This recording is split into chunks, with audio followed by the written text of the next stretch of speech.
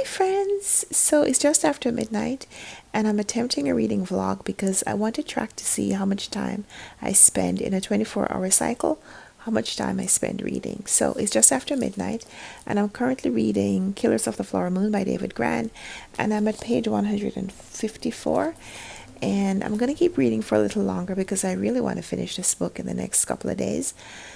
It would be great if I could finish this book today. So I'll pick this up again, but if you want to see how much time I spend reading in a day, keep on watching.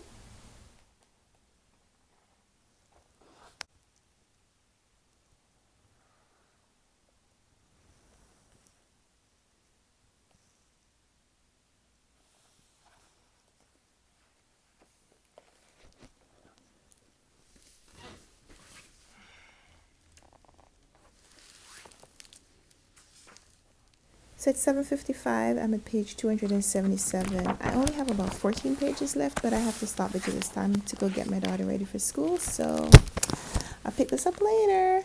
It's 9:15. I just dropped off the kiddo at school, and so I have about between 15 and 20 pages left in this book, and I'll probably read the acknowledgments. So let's see how much we can read in this stretch. I'm pretty sure that I'll finish it right now, and then maybe pick up something else before I go get to work on some other things. I can't just read all day, guys. I can't just read all day. Can I? 9:35 and I am finished, and I even read the acknowledgments. This was let me see, a 4-star read. So it's about 10:40 and I'm going to be in the kitchen for a little while. I'm going to be cooking. I'm going to be making my breakfast slash lunch. I usually eat breakfast somewhere between 11 and 12 o'clock.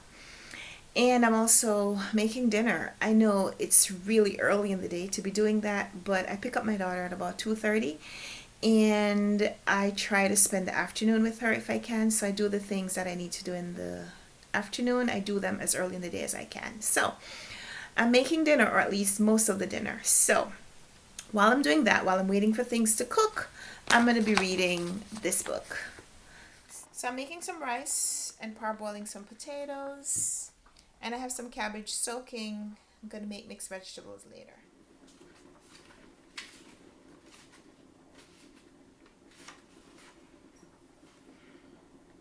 First chapter. What a lot of hairy-faced men there are around nowadays. When a man grows hair all over his face, it is impossible to tell what he really looks like. Perhaps that's why he does it. He'd rather you didn't know. Then there's the problem of washing. When the very hairy ones wash their faces, it must be as big a job as when you and I wash the hair on our heads. True. So what I want to know is this: how often do all these hairy-faced men wash their faces? Is it only once a week like us on Sunday nights? And do they shampoo it? Do they use a hair dryer? Do they rub hair tonic in it to stop their faces from going bald? Do they go to a barber to have their hairy faces cut and trimmed? Or do they do it themselves in front of the bathroom mirror with nail scissors? I don't know. But next time you see a man with a hairy face, which will probably be as soon as you step out onto the street, maybe you will look at him more closely and start wondering about some of these things. First page of the twits, hairy faces. Roald Dahl. It's 11:26 and we finished step 1 of dinner. We made some vegetables, we made some potatoes, some rice. Then our main dish is a prepared food that I'm going to be baking later. In the meantime, I've read 53 pages of the twits, so just about 30 or so pages to go.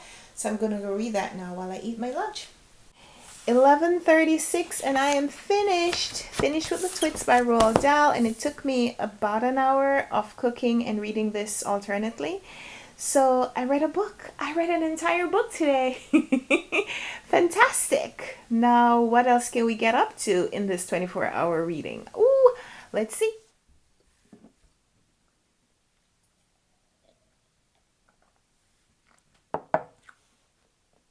Day 3 of library week, and we are, you guessed it, at the library.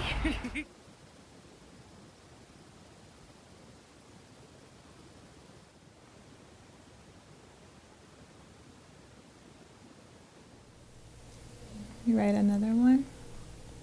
Up and down. And up and down. Very good! Ah, you did it!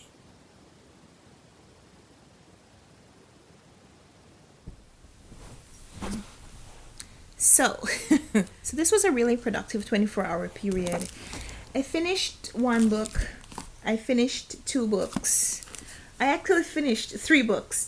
I went to the library and I picked up Book Love, which I had requested.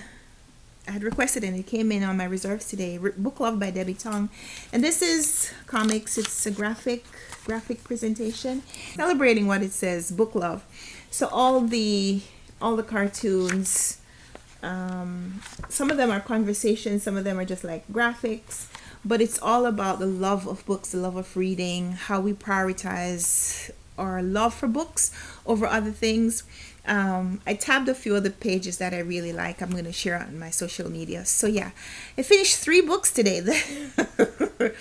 I don't think I've finished 3 books in a day since before my daughter was born. So that was great. And I've made some progress on this one. I'll give it some more read before I say it. So I finished The Killers of the Flower Moon by David Grant, subtitled The Osage Murders and the Birth of the FBI, and I really, really enjoyed this. You've probably heard me say this before, but my husband is a history teacher, and I can visualize the conversations that we will have when he comes home, and probably for a long time after today, just talking about the history that was covered in this book. Like, there's a lot that just jumped out at me that I just want to discuss with my husband, because I know he's not going to read the book. I discussed them with you, but I want you to read the book yourself if you haven't already. This is just very fascinating stuff. I don't know if you know this, but I didn't know anything about the Osage tribe. And so this was just fascinating. This was fascinating to learn. So briefly, the Osage tribe is Native American tribe. And of course, you know, in previous times, they were taken off their more desirable land and rounded up onto reservations. And lo and behold, the land that the Osage tribe was inhabiting now, the reservation, it was found to be rich with oil. And so when oil wells were being drilled, the Osage tribe members started to receive, I guess, dividends. They were getting these regular payments. And so they owned what was called head rights. They weren't doing the oil prospecting themselves. They were receiving payments, regular payments.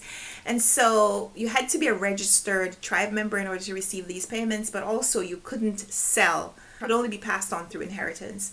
So these Osage Indians were very wealthy. And of course, very wealthy means that they were very attractive. So after a while, people started moving in to try to become part of their family, become part of their tribe. These non-Indian people coming in, they were bringing their family members, and some of those family members had more mercenary intentions, not just establish families. Like, there was still prejudice, right? Because there were a lot of people who didn't feel like these natives should be as wealthy as they were. So people coming in with evil intentions. And I guess not being satisfied with what they were receiving, they were trying to take advantage of them in other ways. So in the title it says Osage Murders. So after a while, people started to die, and die under suspicious circumstances, but also because of the times and because of the nature of the corruption that was around them, those deaths were not necessarily being investigated. So the birth of the FBI, the need for investigation that could not be compromised by the corruption that was around. So this was a really fascinating read. Like, there's a lot that I read here that I didn't know that I didn't know. So really happy that I read this book. If you've read this book, let's chat about it. So yeah, I finished this one today, and I also finished the Twits Roald Dahl today. So 2 books finished already in the 24-hour period, and I'm really loving it. And so now I have started the Dictionary of Lost Words by Pip Williams, which I'm reading for my Facebook challenge, and I need to finish this before the end of the month. So I don't think I'll finish it today, but fantastic to get a head start. Well, not really a head start. I've been needing to read this for 4 months.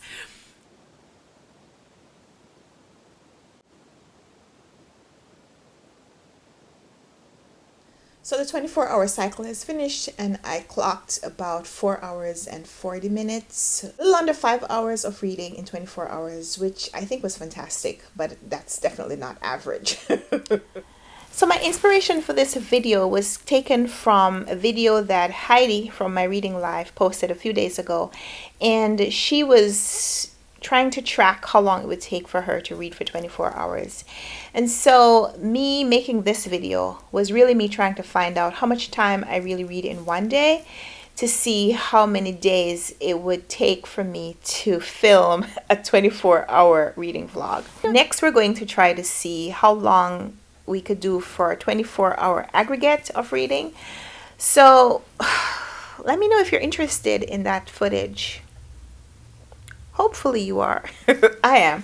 I want to see how long it will take me to go for 24 hours. I don't think it's going to be a multiple of today's reading, just because I don't read like this every day. So let me know if you like this video, and if I can expect you back for the part 2 to this effort, where we figure out how long it takes for me to read for 24 hours cumulative. So yeah, thank you so much for watching. Let me know in the comments down below if you read any of the books that we chatted about today and what your experiences with them were. So until we come back for another video, happy reading. Bye.